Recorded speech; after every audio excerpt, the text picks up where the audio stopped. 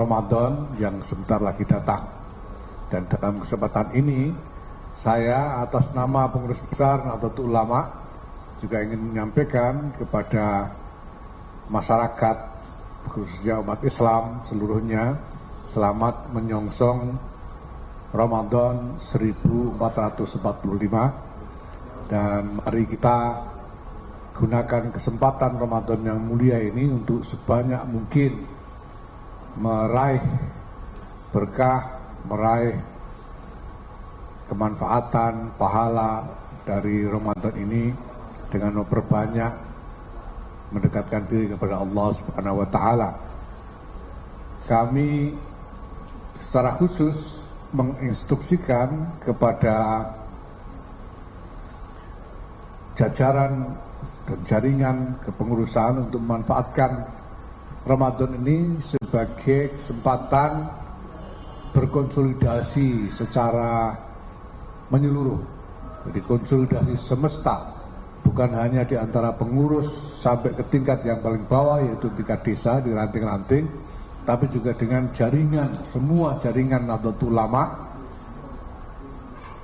badan-badan otonom seperti Muslimat, Ansor, Fatayat dan lain-lain, dengan madrasah-madrasah dan pesantren-pesantren di lingkungan NU, dengan masjid-masjid dan mushola-mushola di lingkungan NU. Ini adalah kesempatan untuk bersama-sama menggerakkan, memobilisasi satu gerakan mengambil barokah dari Ramadan ini sebesar-besarnya. Dan secara khusus juga kami menginstruksikan kepada jaringan Nahdlatul Ulama ini melalui para pengurus di semua tingkatan untuk mengamalkan sejumlah doa-doa yang diajarkan oleh para GNU dan tadi juga secara khusus diajarkan oleh Rais Am, pengurus besar Nahdlatul Ulama, Kiai Miftahul Akhyar.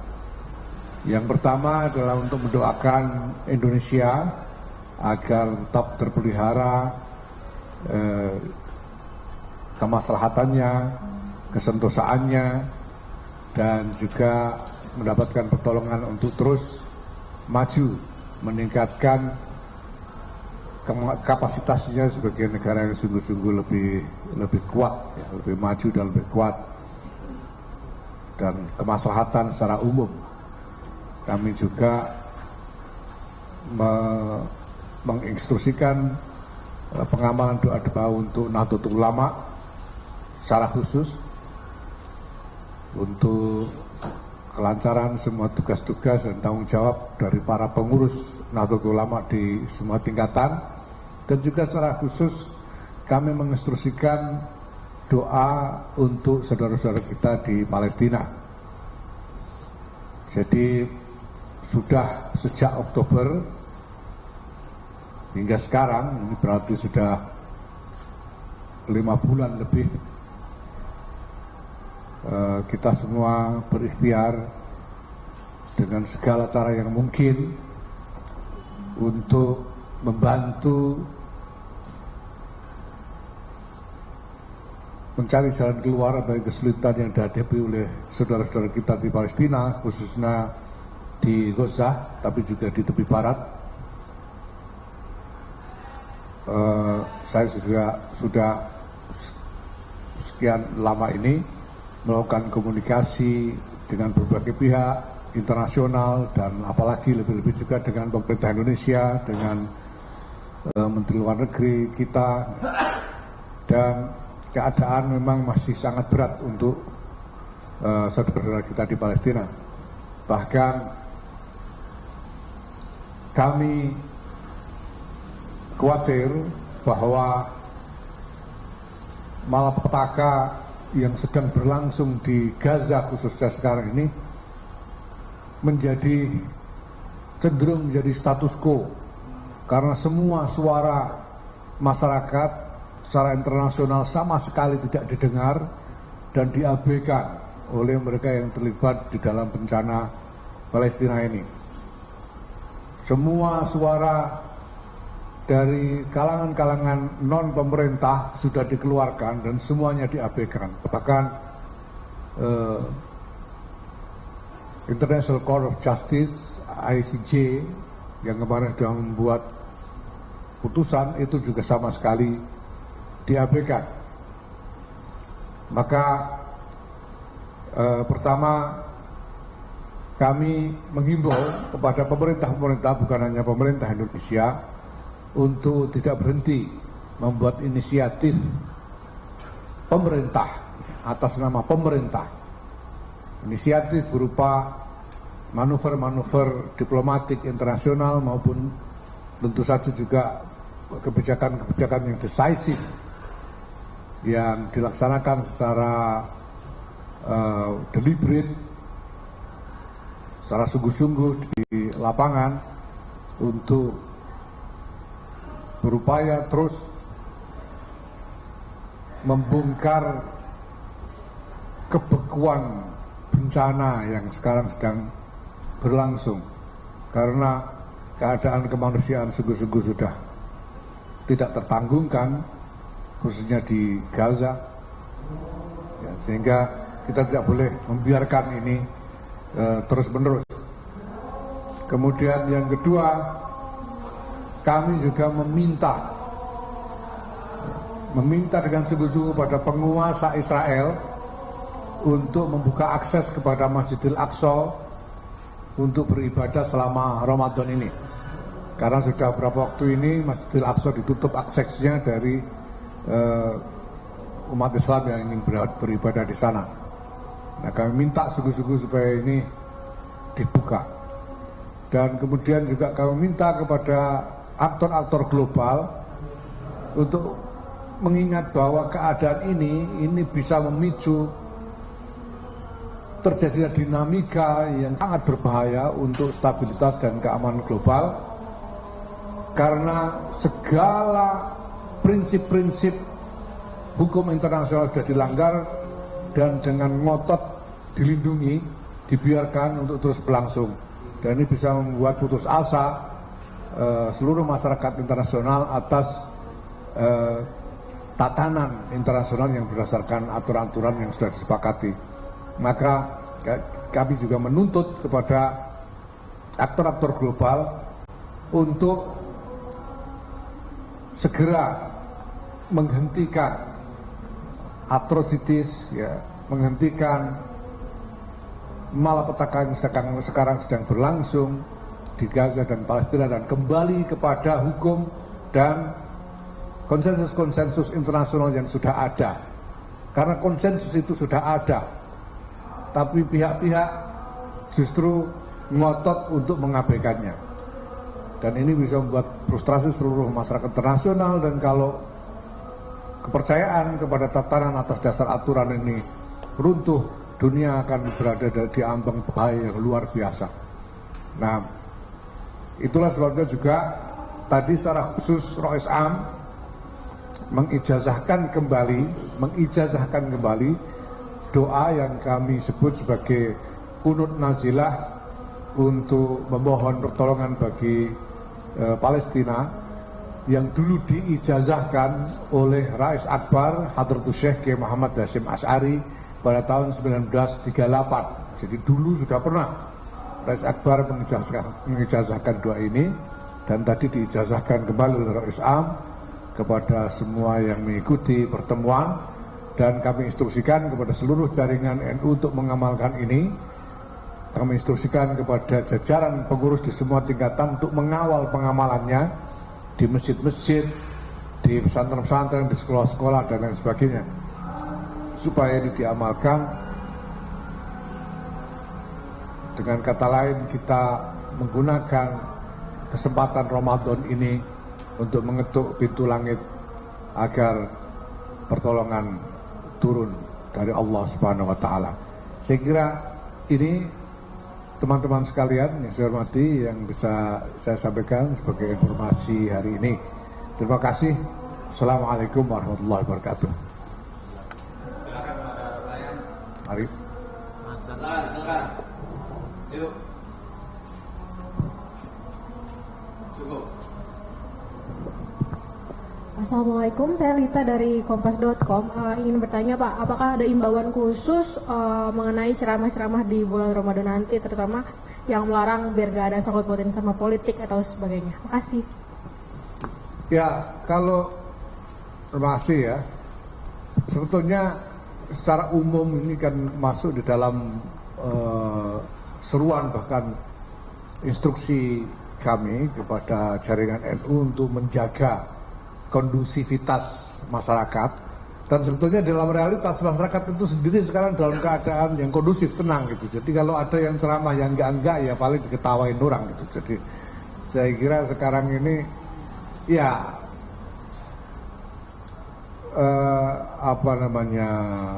bicara yang sifatnya provokasi dan lain-lain itu saya kira tidak akan relevan ya.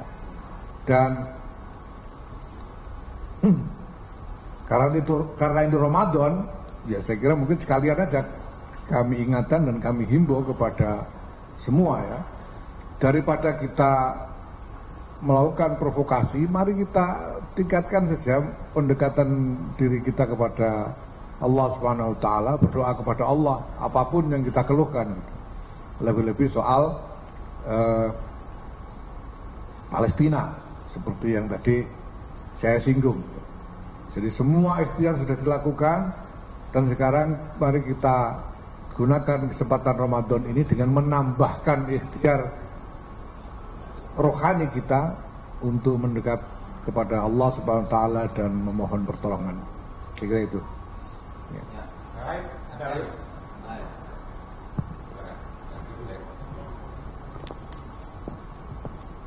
Selamat siang Gus, perkenalkan saya Indi dari NU Online. Ingin bertanya mengenai terkait usulan Muhammadiyah yang ingin meniadakan sidang isbat. Kalau sikap dari PBNU sendiri ini seperti apa? Terima kasih Gus. Ya, pertama sidang isbat itu sudah menjadi aturan. Saya nggak tahu, mudah-mudahan. Pokoknya sudah menjadi ketentuan pemerintah. Ya, sehingga untuk menghapus itu butuhkan proses panjang. Itu tidak bisa tiba-tiba lalu misalnya Menteri Agama tiba-tiba bilang tahun ini nggak ada sidang isbat ya. Tentu kami juga akan protes juga karena ini sudah jadi aturan ya. Dan sebetulnya sidang isbat ini diselenggarakan untuk tujuan agar harmoni masyarakat bisa terpelihara dalam Ramadan dan Idul Fitri nanti ya. Setahu saya bahwa bahkan dulu yang mengusulkan sidang isbat itu sendiri adalah dari Muhammadiyah gitu ya. Saya tidak tahu apa karena dulu yang usul Muhammadiyah supaya ada sidang isbat, lalu sekarang usul untuk ditiadakan lagi ya. Ya itu usul saja. Tapi kalau bagi Nahdlatul Ulama,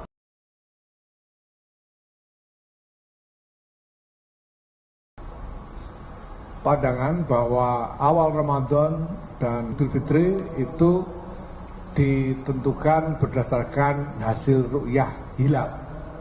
Ya. Nah karena ada aturan bahwa pemerintah melakukan sidang isbat, maka kami dengan ini menyandarkan diri pada hasil sidang isbat itu sendiri dari pemerintah. Para Kiai NU bahkan menyatakan tidak boleh mengumumkan pandangan yang berbeda dari pemerintah kalau sudah ada penetapan isbat dari pemerintah. Maka karena ada aturan sidang isbat itu, kami akan menunggu dan mengikuti hasil sidang isbat dari pemerintah. Itu saja.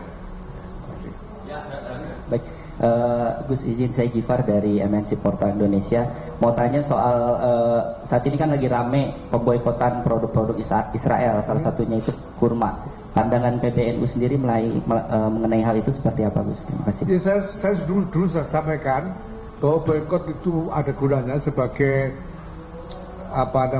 cara untuk menarik perhatian dari para aktor-aktor yang terlibat, tapi tentu tidak cukup. Boikot saja tidak cukup.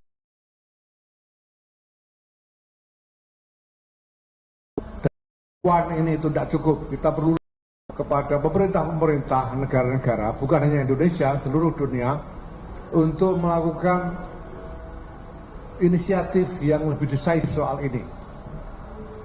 Inisiatif yang lebih decisif soal ini, ya. Karena kita butuh lebih. Dan apa yang terjadi di Gaza ini sudah sungguh-sungguh tidak bisa. Hanya bukan manusia yang masih bisa tahan dengan keadaan yang terjadi di Gaza itu. Maka ya kami menghimbau sungguh supaya ada inisiatif yang lebih kuat, lebih decisif dari pemerintah negara-negara untuk soal ini. Satu lagi. Ya, banyak. Satu lagi. Ya sesepuh. Assalamualaikum, saya Asmino dari ngopibareng.id. Gus, dalam setiap bulan puasa selalu muncul polemik yang sebenarnya ini masalah klasik, yakni masalah penggunaan pengeras suara. Menteri Agama dalam surat edaran tahun 2022 tanggal 18 Februari juga mengungkit kembali agar masyarakat mematuhi aturan-aturan tersebut. Ternyata langsung dibully oleh kelompok masyarakat yang dulunya juga tidak menghendaki untuk menggunakan pengeras suara. Ini bagaimana sikap PBNU? Terima kasih. Assalamualaikum warahmatullahi wabarakatuh. Ya, sikap kami mari kita hadapi ini sebetulnya pertama-tama dengan rasional, dengan mengingat tujuan dari semua yang kita kerjakan. Pertama, bahwa pemerintah sudah mengeluarkan semacam aturan-aturan terkait dengan itu, dan tujuannya jelas. Tujuannya sudah dinyatakan di situ. Jadi ini terkait dengan pertimbangan kemaslahatan lingkungan secara menyeluruh. Nah, pertama kalau ada keberatan, ya silakan didiskusikan dengan rasional gitu. Jangan hanya karena asal tidak suka kepada pemerintah, ya, karena marah dengan hasil pemilu misalnya, lalu tiba-tiba ngurus soal ini dengan dengan tujuan untuk sekedar bikin perkara gitu ya. Saya minta tidak begitu. Ini ya, mari kita manfaatkan Ramadan ini sendiri dengan sebaik-baiknya untuk kemaslahatan kita semuanya secara lahir batin. Ya itu aja saya kira. Ya, terima kasih. Ya, izin bertanya, Ya. Pak, dari Fani Garuda TV, tentunya ini setiap tahun untuk Ramadan terdapat perbedaan awal Ramadan dari Muhammadiyah dan PBNU. Kira-kira kalau dari PBNU sendiri menyikapi perbedaan ini di tahun 2024 bagaimana? Ya kita merasa biasa saja, sudah biasa dari dulu. Perbedaan ini kan udah lama, masa ya ini kan seperti kita makan nasi tiap hari itu udah biasa, udah nasi lagi gitu kan. Kita sih biasa aja, tidak masalah. Dan masyarakat juga saya kira tidak ada yang diganggu, kan nggak ada yang dilarang. Mau puasa hari ini juga nggak ada yang larang, dibiarkan aja. Mau lebaran duluan, ya nggak puasa juga nggak dihukum. Jadi ini biasa aja. Coba kalau pandangan dari bukan hanya PBNU tapi pandangan Nahdlatul Ulama dari dulu itu selalu bersandar kepada keputusan sidang isbat pemerintah. Cukup. Terima kasih. Terima kasih juga Pak. Cukup ya, terima kasih ya. Oke. Oke.